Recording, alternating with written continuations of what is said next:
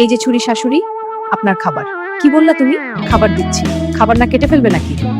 চুপ চুপ, ছুরি শাশুড়ি। হ্যাঁ চুরি তো। কি এমন বয়স হয়েছে আমার? এগুলো কি রান্না করেছে? আলু টমেটোর ঝোল। ঠিক আছে, যাও। আচ্ছা দিদি, এই বুড়িটাকে তোর কোনো অ্যাঙ্গেল দিয়ে ছুরি মনে হয়। কোন বুড়ি? কোন বুড়ি? আমাদের বাড়িতে কটা বুড়ি আছে? ও তোকে কিছু বলেছে? বৌমা, বলছি উনি নাকি বুড়ি না, ছুরি। একবার যদি উনার মুখ দিয়ে স্বীকার করাতে পারতাম যে উনার বয়স হয়েছে। ঠিক আছে, কালকে আমি যা বলবো তাই করবি। এই যে ছুরি শাশুড়ি, আপনার খাবার। এই যে ছুরি শাশুড়ি, আপনার খাবার। আহা, মনটা ভরে গেল। কি রান্না করেছ গো? টমেটো আলুর ঝোল।